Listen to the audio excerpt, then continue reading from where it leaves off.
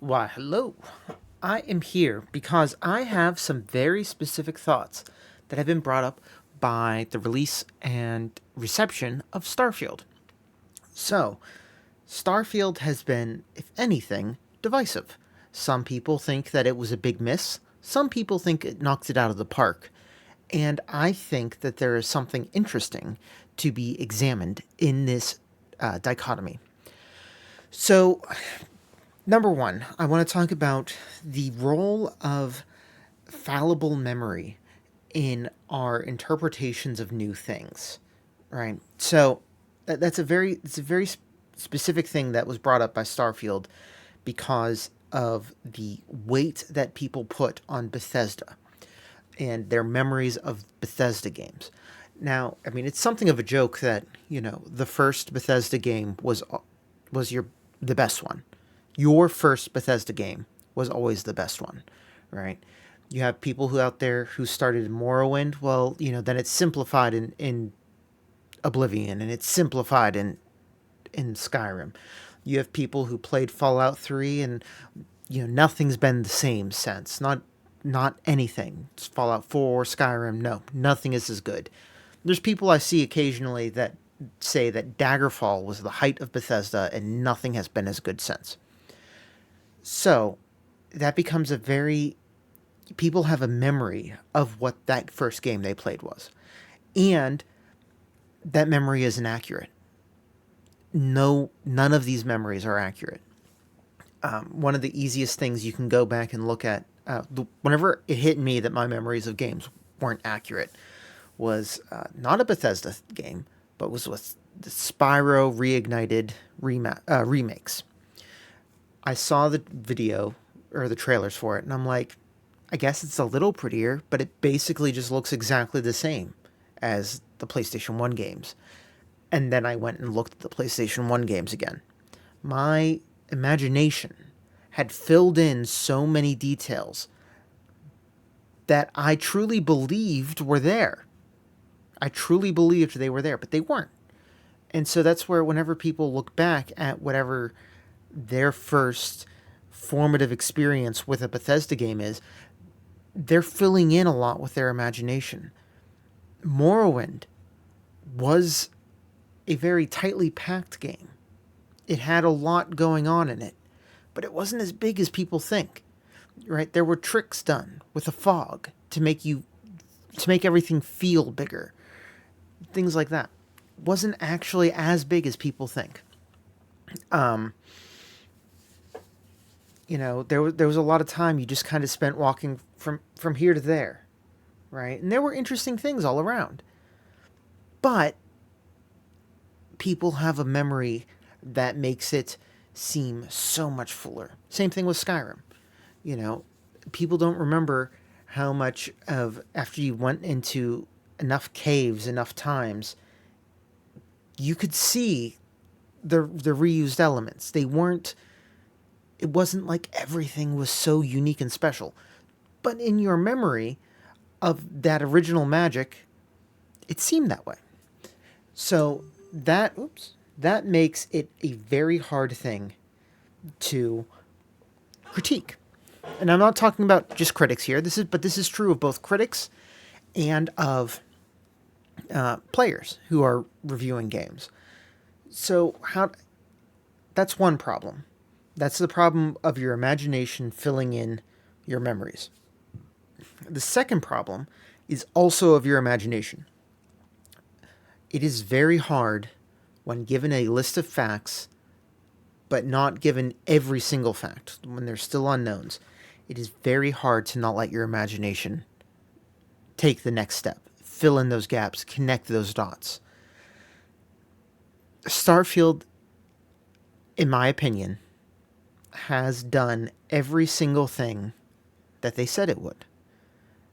Now, there are things that surprised me.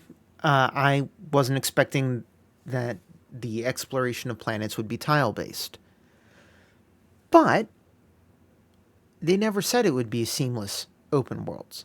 They really never did. You have to go back. They never said it. They said that they were going to generate things on the fly, and I've found, they were going to not generate things on the fly. They were going to add in handcrafted elements, saying the opposite thing of what I mean here. They were going to add in, handcrafted outposts kind of somewhat randomly and spread them out and these kinds of things. And they also said that they were taking a more realistic approach to stuff. Space is really big. Planets are mostly empty. These rocky planets, they would mostly be empty. These are what they said, but people remembered their first experiences, which were with Bethesda, which were much tighter, dense things. And if that's your preference, that's great. But that's a different thing, and what they said, they delivered on.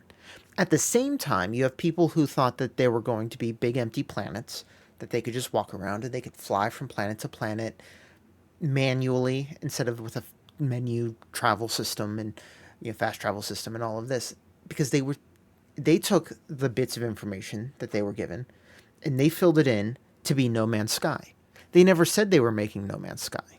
Their intentions never really implied that they were making No Man's Sky.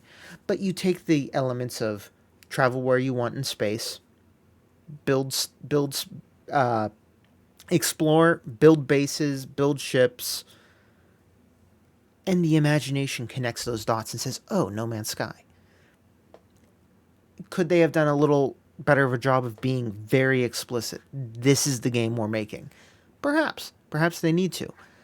But they have really done every single thing that they've said. So people who are disappointed are viewing the marketing materials, which were fairly honest, I think, and let their imagination get a step ahead, get a little away from them.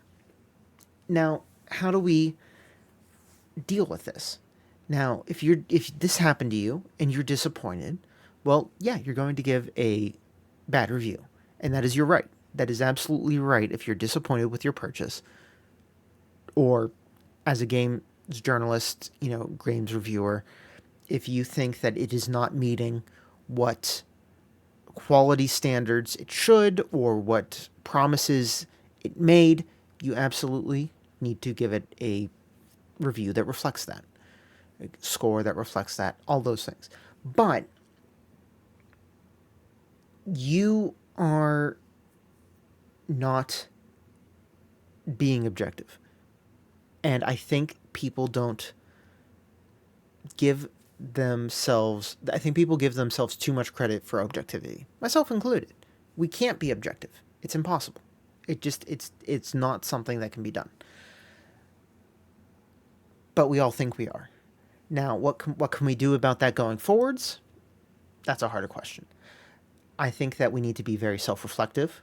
We need to take in promotional materials critically, right? What exactly are they saying? What exactly aren't they saying? And where am I letting my imagination run away with myself? Same thing with our memories. Oh, this Bethesda game is worse than the previous one. Why do I believe that? Now let's actually look at what I believe the previous one was like. And let's actually compare these things that I feel like it's detracting on, right? And we need to take this forward to all games. Okay, so I'm excited. Coming up, I'm excited for Alan Wake 2. All right, now, what I am seeing, what I am excited for, is Remedy's storytelling. They're very explicit. We are continuing Alan's story. Here's the ways we're continuing Alan's story. It's a story-based game. That is very clear. I am trepidatious about its move to horror gameplay, but they are being very explicit. Not trepidatious because I doubt them. I'm trepidatious because it's going to scare the ever-living daylights out of me. But they're very clear about that. In their gameplay footage that they show, you see the lessons that they have learned from games like Control and Quantum Break about making action gameplay. You see the advances in the engines in terms of visual acuity. Now, if the game ends up not looking like the trailers and the gameplay shown previously, that would be a problem. A point where people's imaginations could definitely run away with them. They talk about the writer's room, right? They talk about Alan can go into the writer's room or rearrange the words and it changes the world around him to simulate, the whole notion of the dark place, that words become, his written word becomes reality. That's the point. It's very easy for someone to let that run away with their imagination and say, oh, this is going to be like this whole big thing where I can just, rearrange the words and all of these. That's not going to be what the game is. This is a narrative game. It's a narrative focus.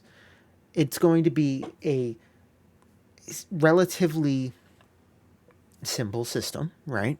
That's meant to create narrative, right? There's a specific narrative.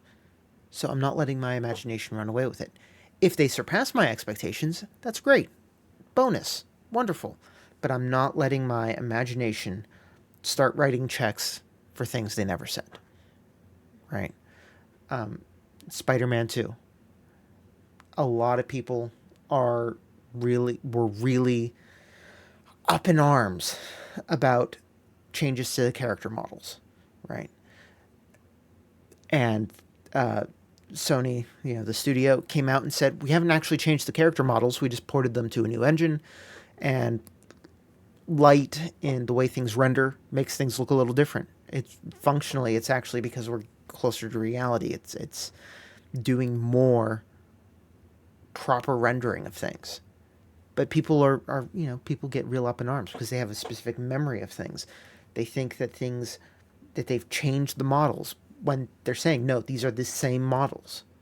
And then people get very bent out of shape about this stuff. We can't let our imagination and our memories that are false detract from our enjoyment of the art that's being put in front of us. Right? We have to be better than that. We have to train ourselves to strive for greater objectivity that we'll never be able to actually gain. And we need to also learn that people aren't objective, so we don't hate on people for failing to be objective, right? I see a terrible review that I don't agree with because I think they let their imaginations get away from them. I say that they need to be better, but I shouldn't be surprised and I shouldn't be angry. I should encourage. I should help us all move forwards. Anger gets us nowhere, but if we can be constructive and honest, then that will also help serious criticism that isn't being led astray by our fallibility shine through more distinctly and hopefully more helpfully. It will let us be less angry all the time and hopefully just enjoy games more. So that was kind of a ramble, but these were thoughts that were just bouncing around my head a lot lately about reviews and Starfield and just how our human fallibility affects our ability to enjoy video games. And I just wanted to share them with you.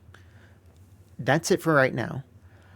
I will talk to you guys later. Actually, when this goes up in the morning, I should start playing some Starfield. I have played some already, but I'm going to start a new character, and we're going to play through Starfield a whole bunch. Talk to you guys later. Bye-bye.